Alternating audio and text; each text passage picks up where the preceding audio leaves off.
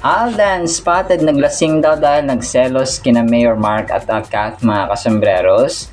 Tapos nag-drop na dito ng panibagong teaser ulit ang Philippines sa Love Siargao nga mga kasembreros, no? Yan at marami pang items sa vlog na ito. Unahin ko ito, ang cute ni baby boy mga kasembreros. Nag-ano siya, parang sabi niya dito, ang cute nakagwapo or POV, nakakagwapo or makagwapo daw ang kape. Sabing ganoon mga kasos. Day 5, tapos day 10, tapos after 2 weeks mga kasembrer. Tapos yung sa dulo niya ay si Alden na nagkakape mga kasembreros, no? Ang cute ni baby mga kasembreros. So parang fan na fan siya ni Alden mga customers, na kung saan ay pinakahuli ay si Alden na daw mga customers. So nakakagwapo daw ang magkape. So siya na si Alden Richards nung kape siya ng kape. So alam niyo na, no, pag parati ka nagkakape ay magiging kamukha nyo rin si Alden Richards mga kasembreros. Syempre joke lang po, no? Ito pa ay katuwaan lamang ni baby boy mga kasembreros, na kung saan ay pag parati ka na nagkakape ay magiging kamukha mo na rin si Alden Richards mga kasembreros. Tapos may isang admin dito na parang nag-ano siya, top 5 na pinakagwapong lalaking artista, si Kuya Pidjong mga kasembreros, no? Tapos nasabi of course dito si Alden Richards. Ang pinaka makulit na ginawa niya dito, yung pinaka last ay siya na yung pinakagwapo na top 5 handsome Filipino actors. Number 1 si Joshua, tapos number 2 si Alden, number 3 si Ricky Hill, number 4 si James Reid, tapos pang 5 si Kuya Pidjong mga kasama. Sobrang cute na ni Kuya. So siya rin yung pang 5 na pinakagwapo na aktor mga kasembreros sa industriya ng Philippine showbiz. So ang kulit na yan. Nagulat nga ako, akala ko totoo talaga na parang seryoso na content mga kasembreros, pero katuwaan lang pala yung ginawa niya dito, no, na kung saan ay siya ang panghuli na pinakagwapo daw na tao dito na aktor, no, sa Pilipinas. So inisip nga dito, akala ko si David Licao kung yung pang-5, or si Daniel Padilla, or si Donnie Pangilinan, no? So mga ganong tipo ba mga kasembreros. Pero wala, joke lang pala niya tayo mga kasembreros ni Kuya Pidjong, no? Sa kanyang content na ito. Pero nakakatuwa kasi talaga sinali niya dito si Phenomenal Box Office Cinema King na top 5 most handsome actor. Tapos miss nyo na ba ang Kathleen mga kasembreros? Ito ang post ng isang admin. Ang daming reaction. So 165, 7 hours niya palang pinapost mga kasembreros. So buhat-buhat dito ni Kath, buhat-buhat dito ni Alden si Kath mga kasembreros. Tapos yung isa ay pink, no? Kathleen din po ang nag post nito kagabi mga kasembreros. So definitely na-miss na namin ang Kathleen, no? Na-miss namin to the max ang Phenomenal Box Office Cinema King at Phenomenal Box Office Cinema Queen mga kasembreros and mga Kathinatics. So kung kaya nga tayo nakagawa ng gantong YouTube content ay dahil sa Kathleen mga kasembreros, no? So pero alam natin sa ngayon ay medyo rocky, no, at saka thorny ang paths na ugnayan or connection na Kath and Alden. So naman sila, they're okay, pero they're just doing their own individual projects and ganap mga kasembreros sa buhay. So yun po, no, talagang busy lang sila sa kanilang mga management and so on mga kasembreros. So pero yun, wala lang talaga silang but we're praying, no, na talagang magsama ulit ang Kathleen mga kasembreros, na tiyak natin na babasag sa mga records na naman nila. So nakita ko yung Wawa win may segue ko lang mga kasmeros, no? Kasi nakita ko yung post kanina. Si Willie Revillame, magbabalik din para sa GMA, no? Yung Wawawin mga kasembreros. So, kasi dati ay talagang sikat na sikat ito sa GMA, lumipat sa kay Manny Villar, no, na TV station, pero parang hindi sila pumatok doon kung kaya magbabalik si Kuya Will sa GMA mga customers. Wala, nasali ko lang or napasegwihan ko lang mga customers kasi nagulat ako na may magbabalik pala si Willie Revillame sa TV5 or sa GMA 7 mga kasembreros. So which is nakakatuwa naman, no, kasi talagang iba pa rin na nakilala siya talaga sa GMA 7 mga kasembreros. Tapos ang dami nagpo-post no, ng mga pictures na Alden, and then ng Love Siargao. So marami mga kasembreros. So sinasala ko lang, no, yung ating pwedeng isama sa ating mga items mga kasembreros. Meron ditong isa, naka-brown siya. Pinost ito ni Hashmir Kabilangan 5 hours ago. Yung picture ni Alden na naka-brown nga siya mga kasembreros, no, for his bench endorsement. So Alden Richards, Catherine Bernardo Official, Hashmir, Kabilangan Hashmir. So yun po, no. Si Hashmir na ito ay isa sa mga Kathden, no, solid Kathden admins mga kasembreros. Si Hashmir. So maraming salamat sa pagpo-post or pag-share ng picture ni Alden na sobrang igop dito sa kanyang bench endorsement, no, si Hashmir, mga kasembreros. So talagang madami, sobrang busy. And then yun na nga, no, yung teaser, panibagong teaser mga kasembreros na video, 10-second teaser video na sinare ng View Philippines mga kasembreros sa Love Siargao. So dito ay parang nag-countdown lang sina Jao at Cara mga kasembreros, na kung saan ay may hawak-hawak sila yung parang hawak ng direktor na cut, na parang gano'n pag nagro-roll na ang camera mga kasembreros. So ito yung kanilang tawag dito, yung kanang hawak-hawak ni Nadine Lustre mga kasembreros. So yung parang pang sa direktor, no, yung tawag dito, yung parang tape siya na yung ginagamit niya na pang signal mga kasembreros. So ito yung hawak-hawak nila rito. Sabi nila dito ay Love Siargao na in production in 3, 2, 1. So 3 yung sa kanya, 2 ang kay Nadine, 1 ulit kay Alden mga kasembreros. Tapos si Kath dito ay na-feature din siya, no, sa Kath din page po na pinost niya Feminina Sumulat, no, Baldos. Beautiful face, celebrity viral. So ang pupuso ay nagagandahan kay Catherine. So ito yung picture ni Kath mga kasembreros, na meron siyang salamin, no. Tapos ay sobrang ganda, of course, ni Phenomenal Box Office Cinema Queen. So parang lang niya, parang pinost niya mga kasembreros na na picture ni Phenomenal Box Office Cinema Queen. Kasi nga walang duda, no, ang kagandahan at mabibighani ka talaga sa ganda ni Phenomenal Box Office Cinema Queen Catherine mga kasembreros. So talagang talagang walang sino man ang hindi sila mabibighani, no, kay Phenomenal Box Office Cinema Queen mga kasembreros sa kanyang ganda. So yun po, talagang gwapa-gwapa, no, si Phenomenal Box Office Cinema Queen. Isang eksena dito na ginawa si Alden sa behind the scene sa yun nga, no, dun sa may Love Siargao na pinapayungan siya mga kasembreros. Part ng kanilang BTS ito, na naghubad na siya ng kanyang tuxedo at naka-white na lang siya na long sleeve mga kasembreros. Hindi ko lang alam kung ito nakatalikod si ate.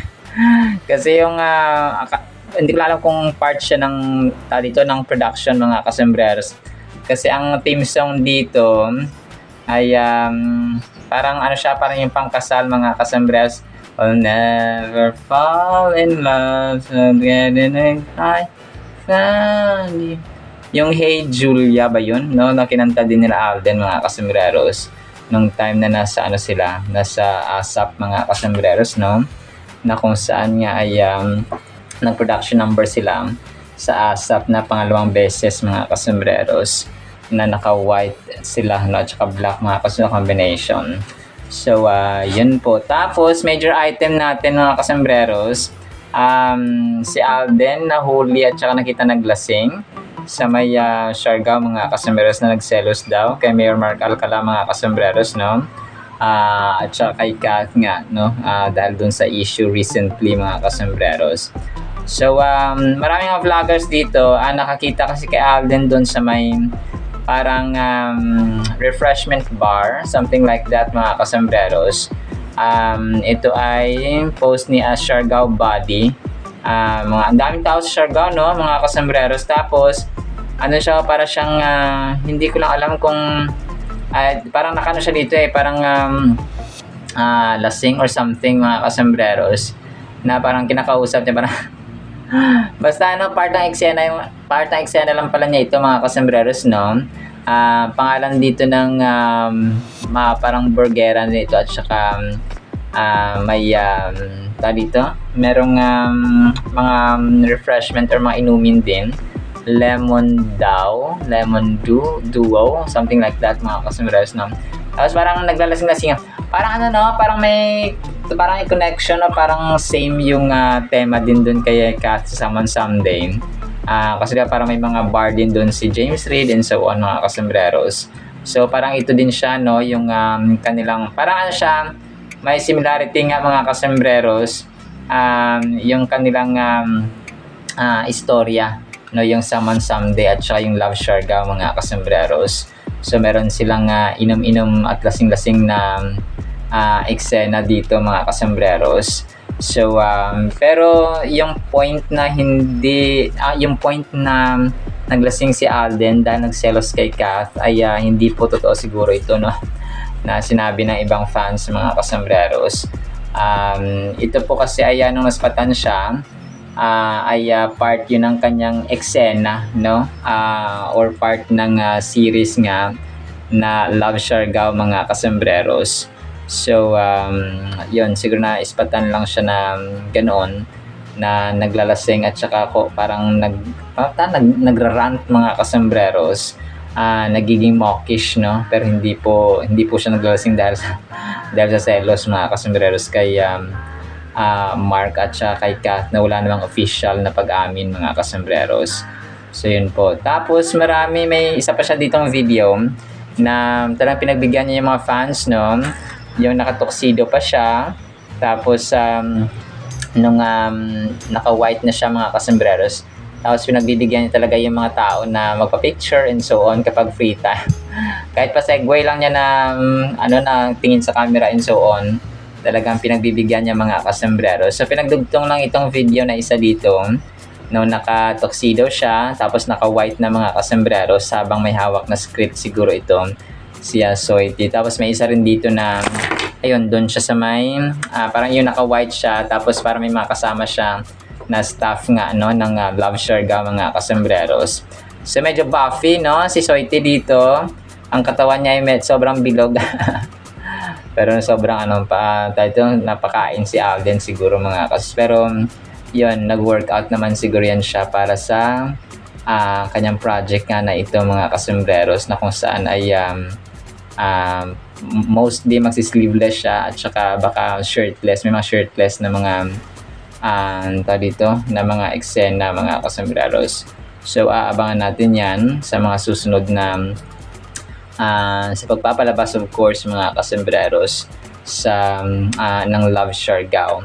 So marami nag-abang. Ito rin yung isa sa pinaka advantage na things, mga kasombraros, yung marami yung vloggers, marami yung nagpo-post, marami nag-video sa kanila.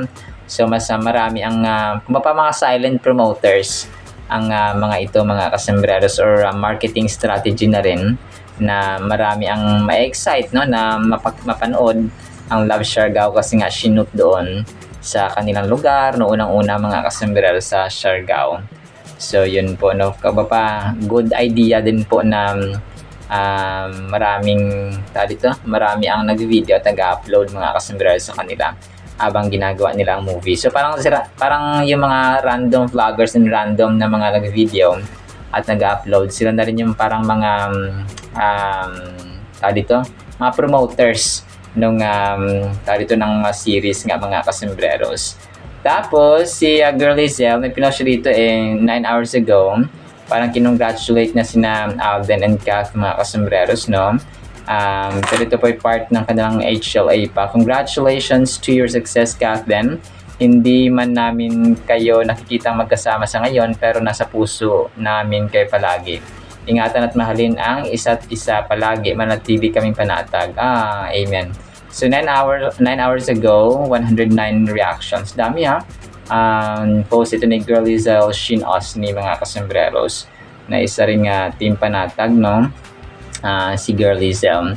So pero ang picture na ito ay edited, no? Yung project nila na Hello Love Goodbye and Hello Love Again yung nakalagay dito mga kasembreros. So they started together in Hello Love Goodbye, which became one of the highest grossing Filipino films. The sequel, Hello Love Again, continued their story with special screenings held in the US. So ito yung nakalagay dito, no, mga kasembreros and mga ka-Athenatics. So which definitely wala pa nakakasurpass ng kanilang income or gross amount mga kasembreros ng Hello Love Again. So yun po, no, hoping praying talaga na magkaroon ulit siya ng proyekto mga kasembreros. Alright, so yan lang actually sa ating Kathleen items, no. Ako pa yung nag-voice over ng 2 p.m. So yung mga future na mga contents na hindi natin ma-cover for today, April 30, 2026, ay sa susunod na po natin na vlog mga kasembreros. Pakinggan natin itong mga random videos, especially itong kina Alden mga kasembreros. And then, ang salita ng Panginoon na sobrang mahalaga at maganda, as always, mga kasembreros, mga ka-Athenatics. Isang pinagpalang araw po ha sa bawat isa. Love Siargao. Now in production. In 3, 2. 1.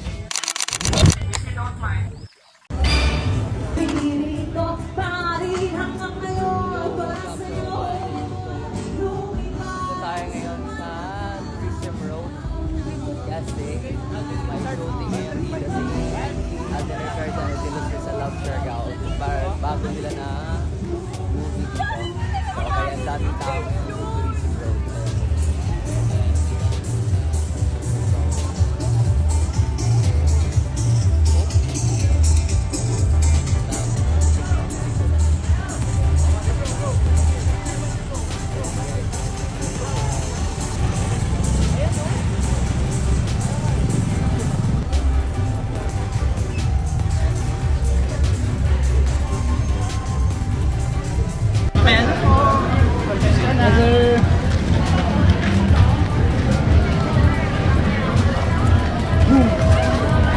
Sobrang powerful at sobrang ganda ng ating Word of God mga kasembreros. Ang title natin ay Pamilya to Pamilya. Actually, dapat marami. Ito ay Pamilya to Pamilya to Pamilya to Pamilya to Pamilya mga kasembreros.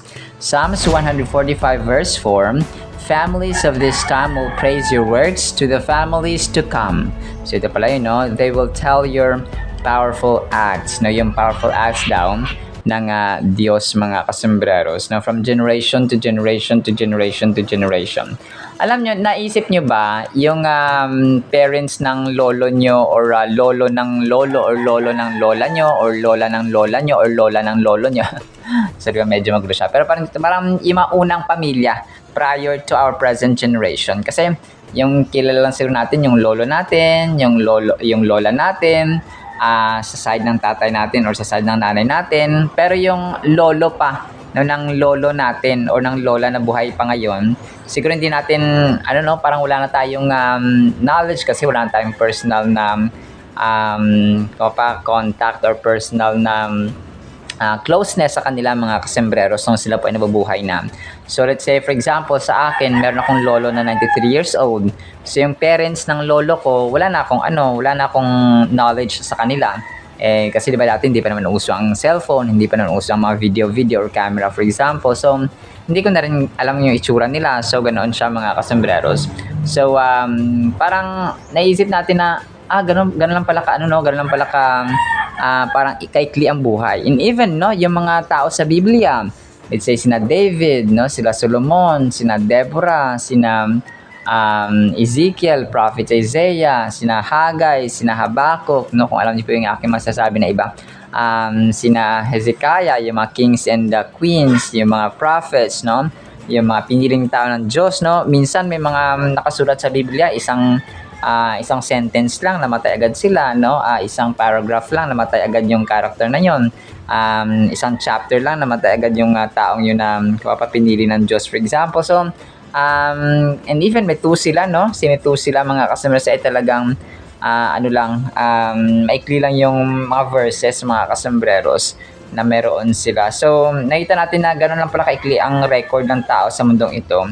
And then we will spend time sa eternity. And yung eternity na yun sa kabilang buhay, wala nang katapusan, no? Talagang endless na yun sa kabilang buhay, mga kasombreros.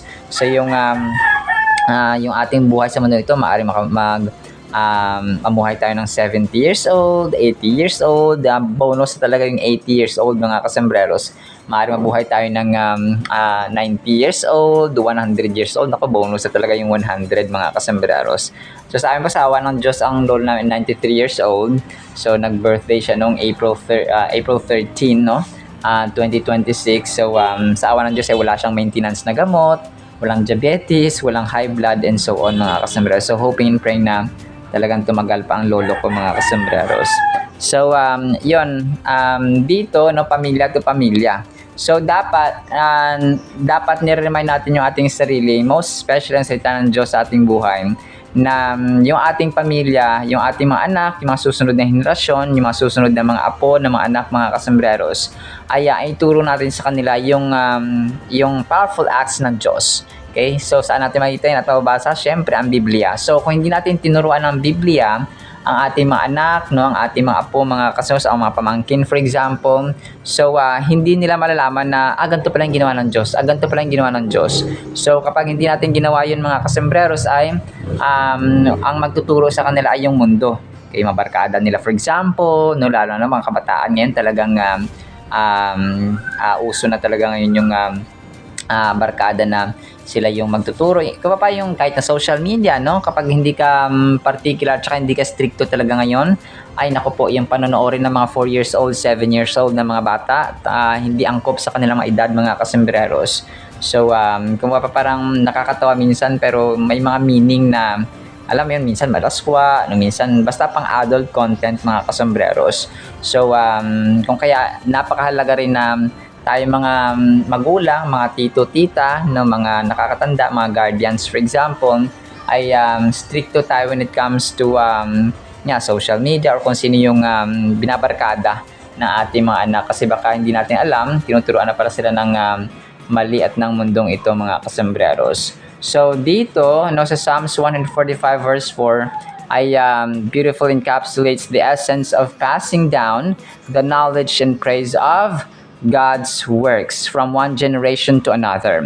It is a verse that resonates with a timeless tradition of storytelling and teaching within families and communities. So parang ano lang siya, no? Bakit hindi namamatay ngayon or hindi namamatay yung kwento ni Jose Rizal, no? Kasi nga pambansang bayani. So 100 plus years old na siya, pero buhay pa rin sa puso't isipan ng mga tao, no? Sa knowledge at saka mind sa mga tao.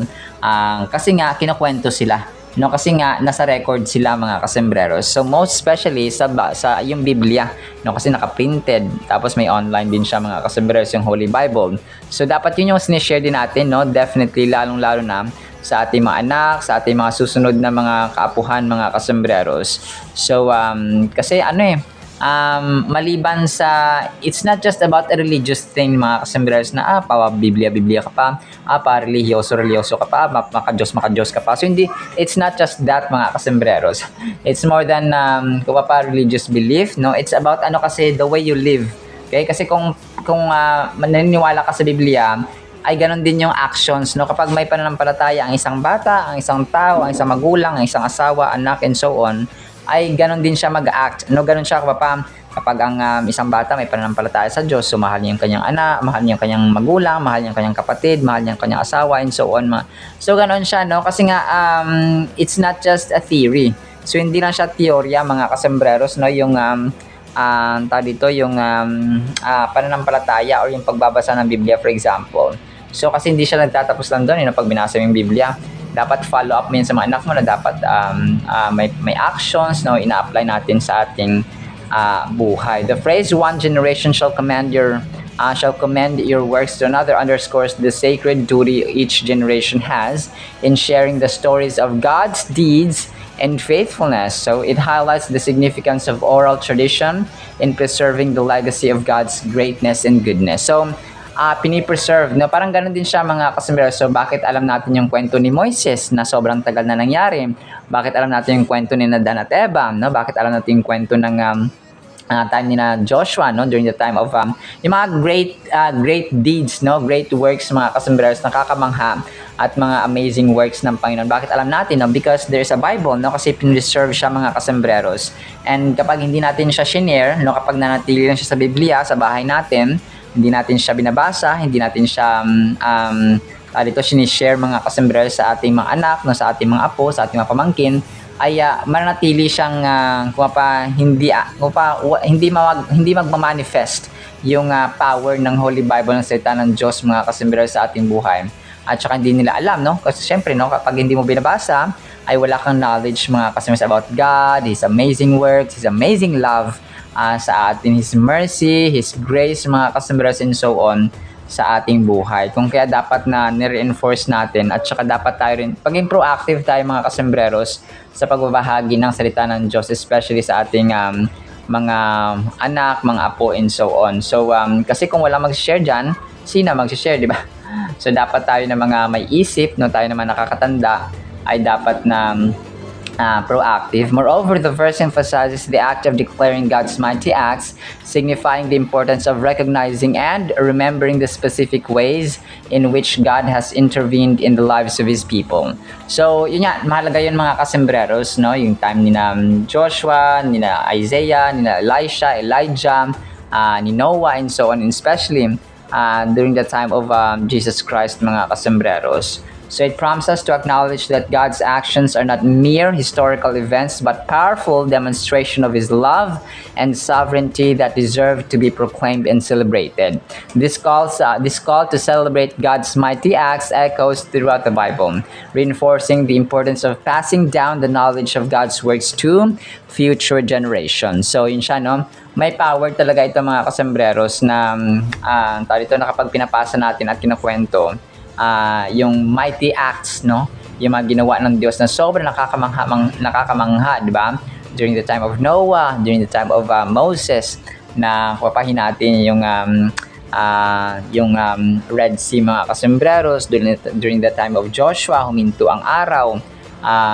Marami, no, marami, mga kasembreros, sa time ni Lord Jesus Christ, of course, nabuhay ang mapatay, gumaling ang may sakit, no. He resurrected from the dead, mga kasembreros.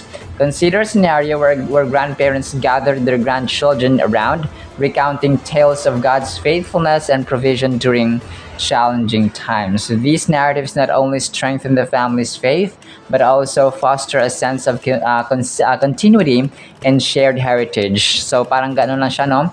Parang yung isang lolo, lola, kapag ginather niya yung kanyang mga apo, tapos binasahan ng Biblia, ay mapafoster or mapapanatili yung para magiging continuous, mga kasembreros, yung pagbabahagi ng kadakilaan ng Diyos. For instance, a grandfather sharing how prayer and faith sustained him through financial turmoil can inspire his grandchildren to trust in God amidst their own trials, creating a legacy of resilience and reliance on God. So parang kahit yung lolo, lola, no, personal experience nila na ganito, nung sobrang mahirap ako, sobrang may problema kami, so nanalig kami sa Diyos at dininig ng Diyos ang aming panalangin, and so on and so on. So kahit na ganun, mga kasams, no, it's also important to share personal testimonies talaga, no, kasi personal experience mo, naranasan mo. So kung kaya mahalaga na binabahagi natin ito mga customers at sinishare sa ating mga kaapuhan and the next generation sa ating pamilya. Alright, so yun lamang po sa ating Word of God ha. No, pagpalaan po tayo ng pag-ibig, pananampalataya, pag-asa. And of course, ang ating pamilya at ang mga kabataan ay turuan natin ng salita ng Diyos and His powerful deeds using the Holy Bible. In the mighty, holy, sweet, magnificent name of the Lord Jesus Christ, we pray with the communion of the Holy Spirit of the living God. And everyone said Amen and Amen. See you sa next segment mga kasamaran. Paalam po. I love you all.